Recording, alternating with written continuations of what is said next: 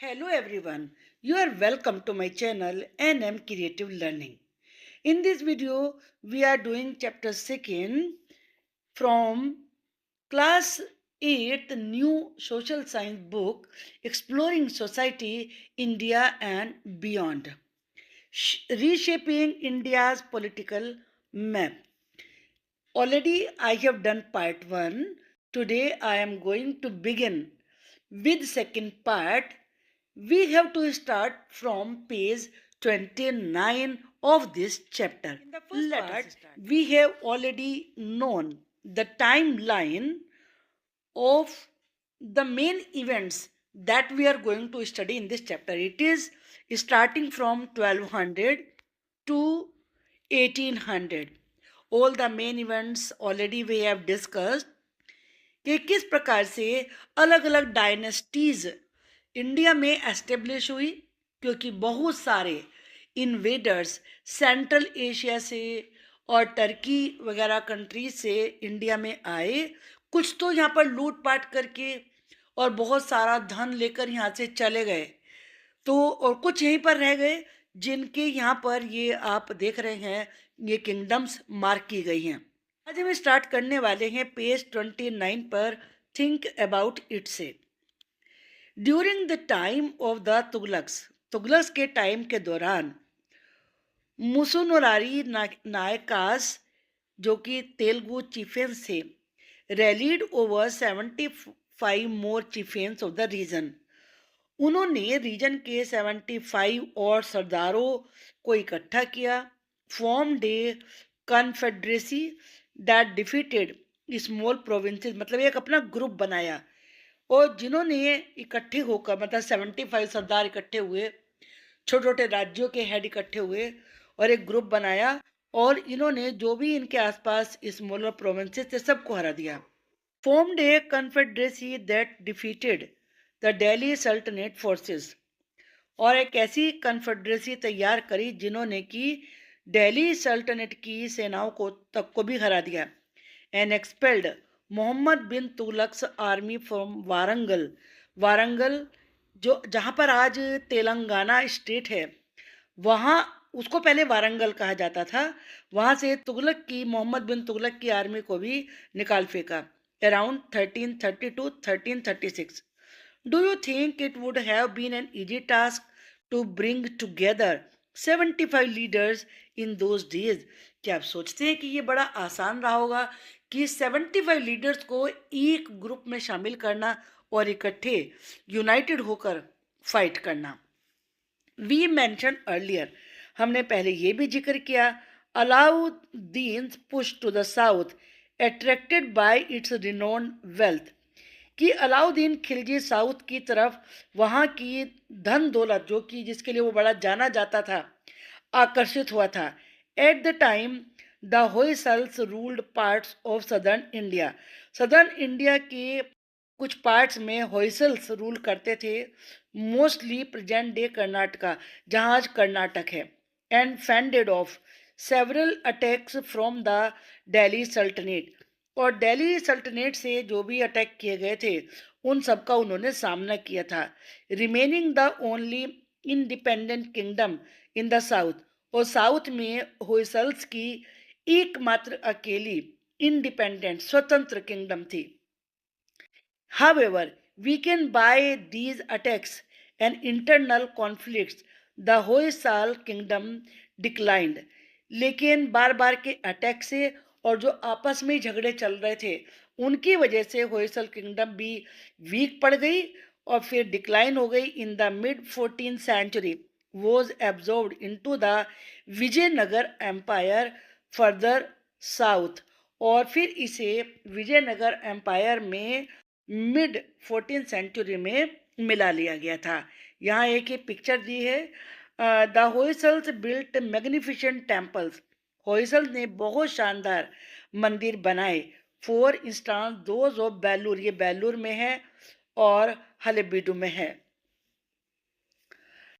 Don't miss out the sculpture in figure 2.9 narrates the story behind Hoysalas emblem. Hoysalas का जो चिन्ह था उसमें किस स्कल्पचर दिखाई गई है, आप यहाँ पर ये इस पिक्चर का जिक्र यहाँ पर किया जा रहा है। कन्नड़ा फोक लोर, जो कन्नड़ के कुछ लोक कथाएं प्रचलित होती हैं, तो कन्नड़ लैंग्वेज में दी गई कथा है ये। Recounts the story of a Sala. Sala क्या होते थे? A young man who fought a lion to save his guru, जिसने कि अपने गुरु की रक्षा के लिए लॉयन तक से फाइट की थी। Giving the dynasty it's name, और उसी से इस वंश को यह नाम मिला था। होए का मतलब अटैक करो, और साला का मतलब young man. The Delhi Sultanate also faced rebellions from the emergence of several independent regional sultanates. बहुत सारी अलग अलग रीजन्स में ऐसे सल्तनेट राजा आते गए सामने, जिन्होंने कि दिल्ली सल्तनेट को चैलेंज किया। रिबेलियन का मतलब होता है उनका विद्रोह किया। The Bahmani sultanate for instance rose in the mid 14th century. ये विजयनगर के पास में था ये kingdom. And control much of the Deccan for a while, और थोड़े समय तक ये पूरे डेक्कन पर राज्य करते रहे, इन्हीं का ही केवल कंट्रोल था। पावरफुल सल्तनेट्स ऑल्सो एमर्ज इन गुजरात, और गुजरात में, बंगाल में और दूसरे रीजन्स में भी बहुत ही शक्तिशाली सल्तनेट सामने आई, leading to a complex interplay of alliances, जिसकी वजह से आपस में बहुत सारे मेल मिलाप होते रहे। अलायंस का मतलब कोई एक अपने आप में संधि कर लेना। एंड फ्रिक्वेंट वॉर्स, और बार बार लड़ाइयाँ भी होती रही। Parts of Rajasthan also remain beyond the reach of the Delhi sultanate. Rajasthan के बहुत सारे पार्ट्स भी दिल्ली सल्तनत की पहुंच से बाहर रहे। In the 15th century it faced still resistance from Rana Kumbha. Rana Kumbha से दिल्ली सल्तनत को बहुत ज़्यादा विरोध सहन करना पड़ा। The ruler of Mewar kingdom, जो राणा कुंभा थे वो मेवाड़ किंगडम के रूलर थे। who also successfully repelled invasions from these later sultanate, जिन्होंने कि बाद में होने वाले बहुत सारे सल्तनत की तरफ से जो बाद में बहुत सारे अटैक हुए उनका भी कड़ा जवाब दिया। राणा क्या होता है? A title often use for Rajput kings. Rajput राजा लोग जो थे वो ये उपाधि, ये टाइटल लगाते थे। यहाँ पर एक ये फिगर दी गई है, a view of the Kumbhalgarh fort in the Aravalli hills. Rajasthan के पास अरावली हिल्स हैं, तो अरावली हिल्स में ही ये कुंभलगढ़ फोर्ट है, उसका दृश्य ये दिखाया गया है। ये किसी एक इस वॉल के लिए जाना जाता है, इसे आप यहाँ पर पढ़ेंगे। Don't miss out. Kumbhalgarh fort जो कि यहाँ फिगर में है वो built by Rana Kumbha in the 15th century. 15th century में राणा कुंभा ने इसको बनाया था in the Aravalli hills and served as a stronghold for the rulers of Mewar.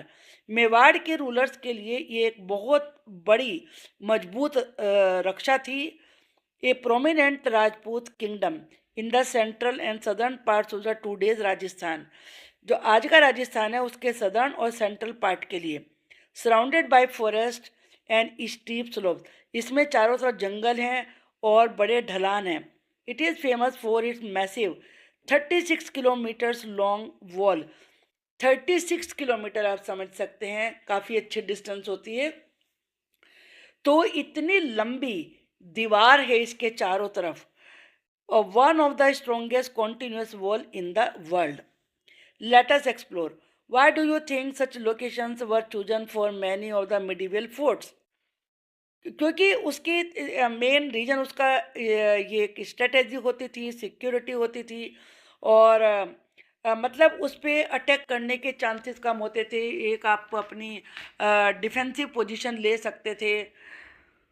अब इसके बाद हम बहुत ही एक इम्पोर्टेंट किंगडम था विजयनगर एम्पायर, विजयनगर का साम्राज्य।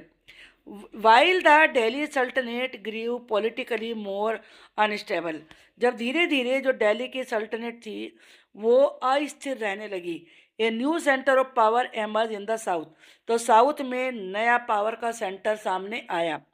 इन the 14th century two brothers Harihara और Bukka, who had initially served as governors under Muhammad bin Tughlaq, eventually rejected Delhi's authority. ये भाई थे हरिहर और बुक्का, इन दोनों ने मोहम्मद बिन तुगलक के अंडर में गवर्नर के रूप में काम किया था, लेकिन बाद में इन्होंने मोहम्मद बिन तुगलक की अथॉरिटी पावर को मानने से मना कर दिया and established an independent kingdom, और एक स्वतंत्र राज्य स्थापित किया that became a significant force in southern India, जो कि सदर्न इंडिया में एक बहुत बड़ी ताकत बन गया and grew into the Vijayanagar empire, और बाद में यही विजयनगर एम्पायर के रूप में आगे बढ़ा। यहाँ ये पिक्चर दी गई है, a section of the ruins of Vijayanagara city, ये विजयनगर सिटी के खंडहर हैं, प्रेजेंट डे हम्पी, आज इसका नाम हम्पी है। The large buildings is the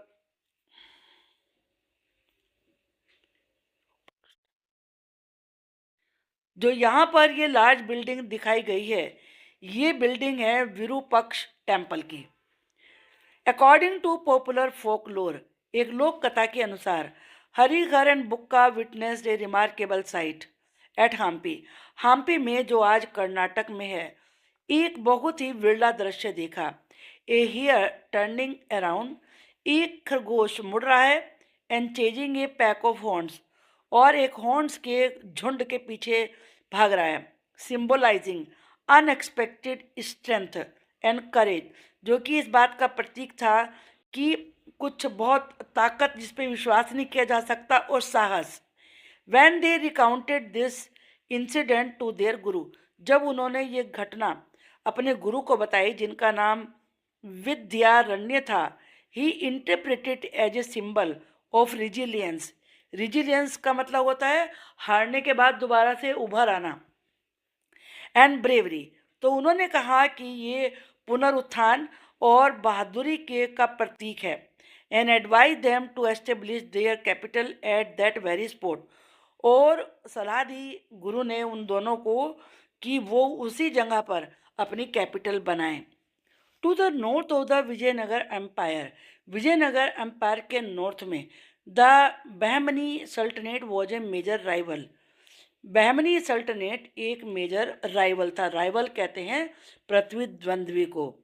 तो ये आपका विजयनगर है, और इसके नॉर्थ में जो ये ऑरेंज कलर से दिखाया है, यहाँ से भी आप इस मार्क को देख सकते हैं, तो ये बहमनी किंगडम है। It eventually fragmented into 5 independent states, ये 5 इंडिपेंडेंट स्टेट्स में अलग अलग हो गया, कोल द डेक्कन सल्तनेट्स, इसमें जैसे भाई अपने नाम देखे, बीजापुर, गोलकुंडा, बरार, अहमदनगर और Bidar, each ruled by farmer governors, जो पहले गवर्नर थे वो इन पे शासन कर रहे थे, और या फिर तरफदार्स, हु डिक्लेयर्ड ऑटोनॉमी, जिन्होंने अपनी स्वतंत्रता डिक्लेयर कर दी थी कि हम आपके अब अंडर नहीं हैं।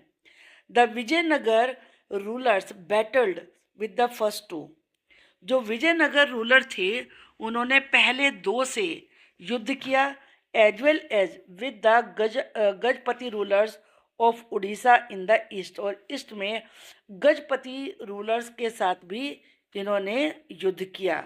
जो आप बिल्कुल ऐसे हॉरिजॉन्टल लाइंस देख रहे हैं, ये गजपति रूलर्स हैं। ये करते हैं हम जो विजयनगर के सबसे मेन किंग हुए हैं, कृष्ण देव राय के बारे में।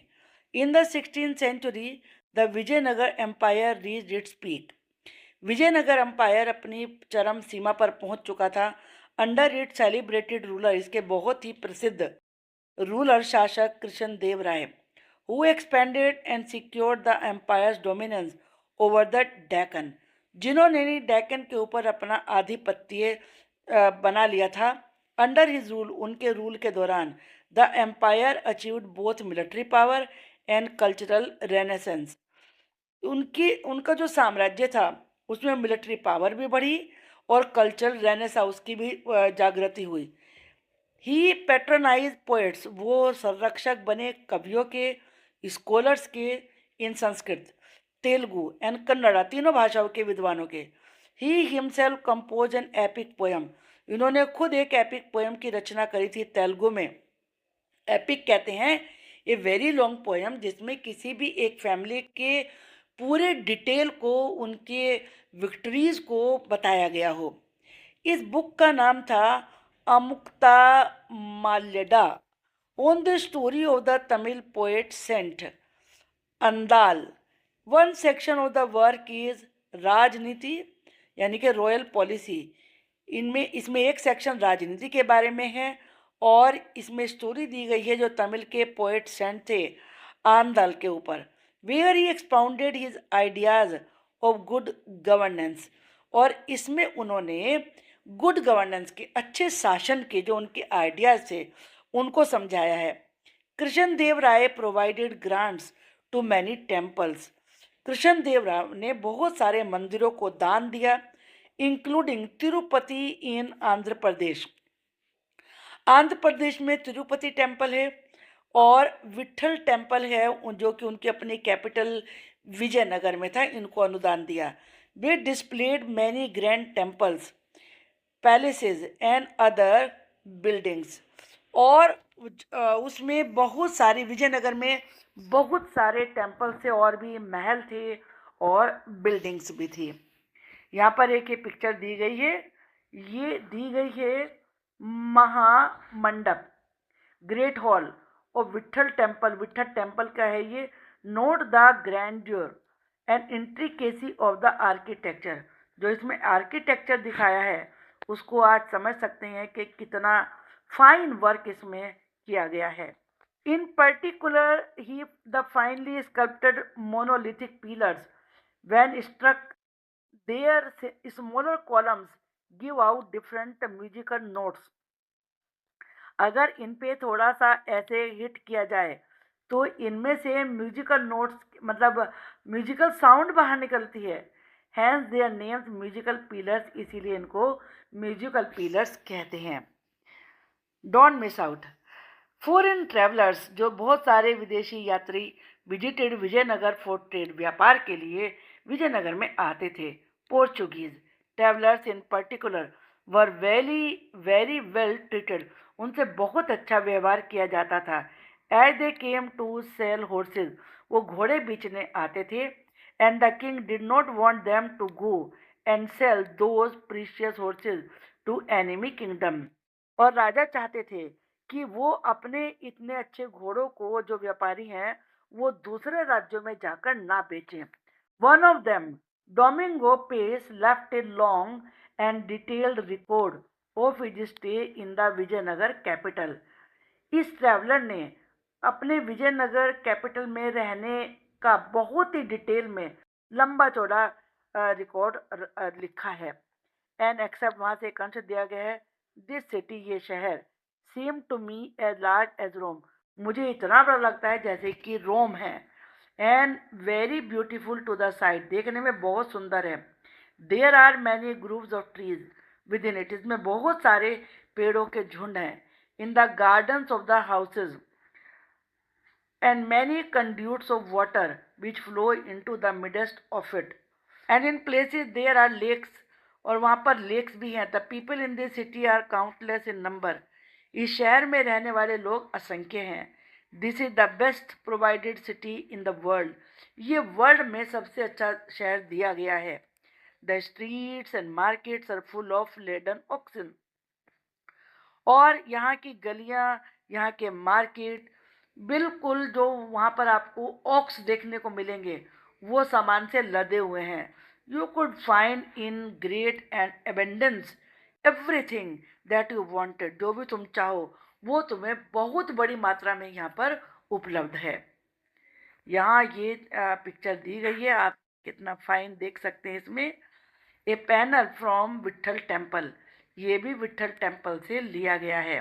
After winning many Wars against his neighbours, अपने पड़ोसियों से बहुत सारे युद्ध जीतने के बाद कृष्ण देव राय डाइड ऑफ इलनेस इन 1529। 1529 में कृष्ण देव राय की बीमारी से डेथ हो गई। In 1565 the Deccan sultanate formed a coalition, जो डेक्कन सल्तनेट थी उन्होंने एक अपना ग्रुप तैयार किया and defeated the Vijayanagara forces, और विजयनगर की सेनाओं को हरा दिया, लेड बाय रामा राय।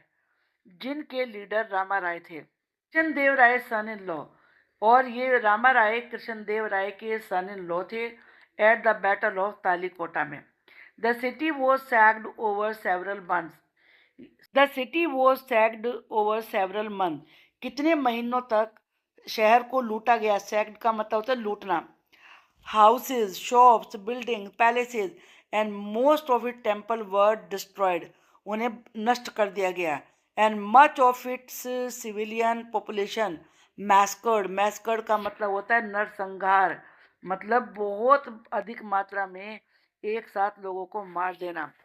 और जो इसके सिविलियन थे, यानी कि जो लड़ने में जिन्हें कोई सैनिक नहीं आती थी कुशलता लड़ाई की, ऐसे सिविलियंस को बहुत बड़ी मात्रा में मार दिया गया। It was left in zone, पूरे शहर को बर्बाद कर दिया गया, खंडर बना दिया।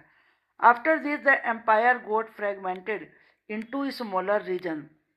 फिर ये पूरा साम्राज्य छोटे छोटे टुकड़ों में बट गया, जिनके शासक थे Nayaks, who were former military governor, जो कि पहले मिलिट्री गवर्नर थे।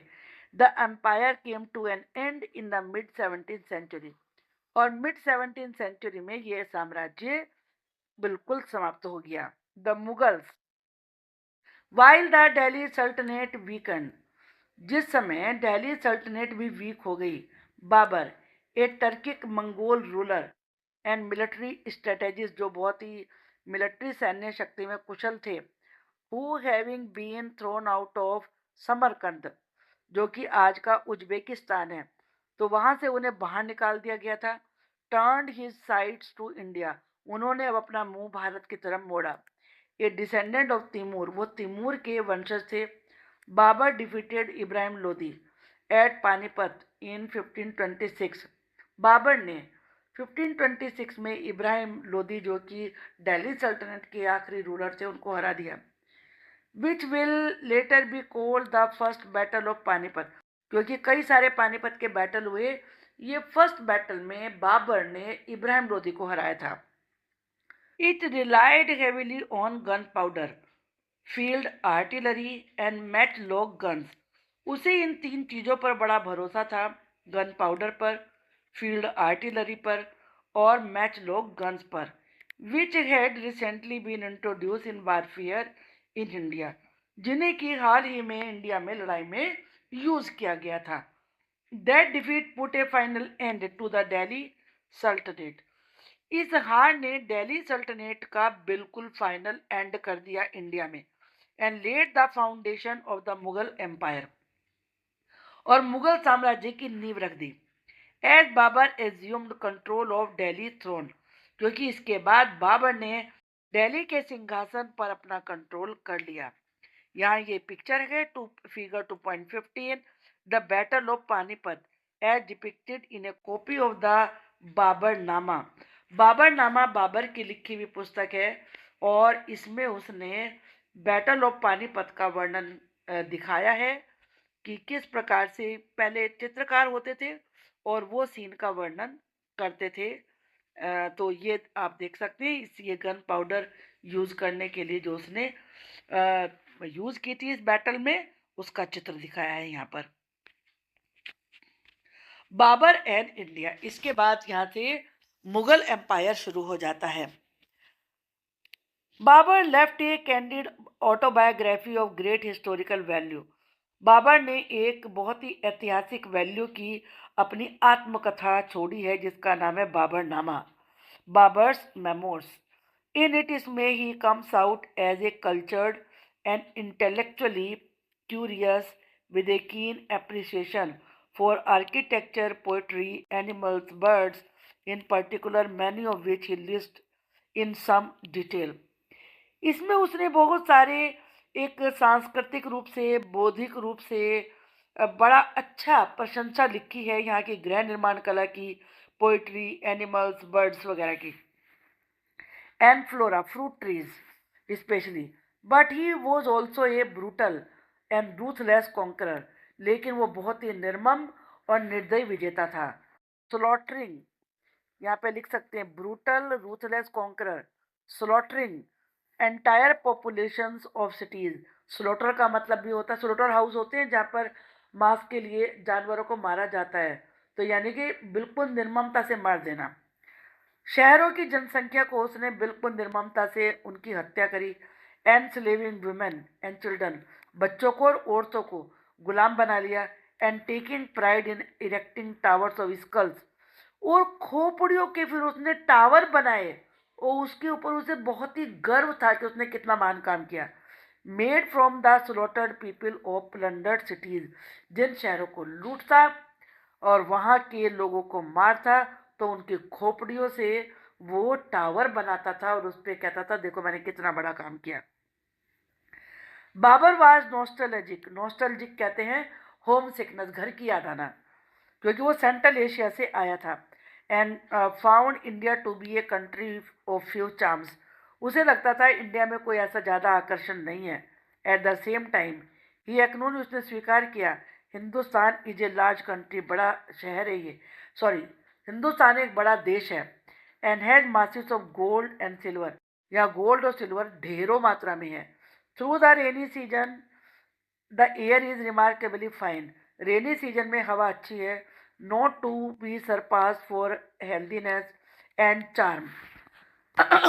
देर आर काउंटलेस आर्टिजन्स, या असंख्य कारीगर हैं, and workman of every sort in Hindustan.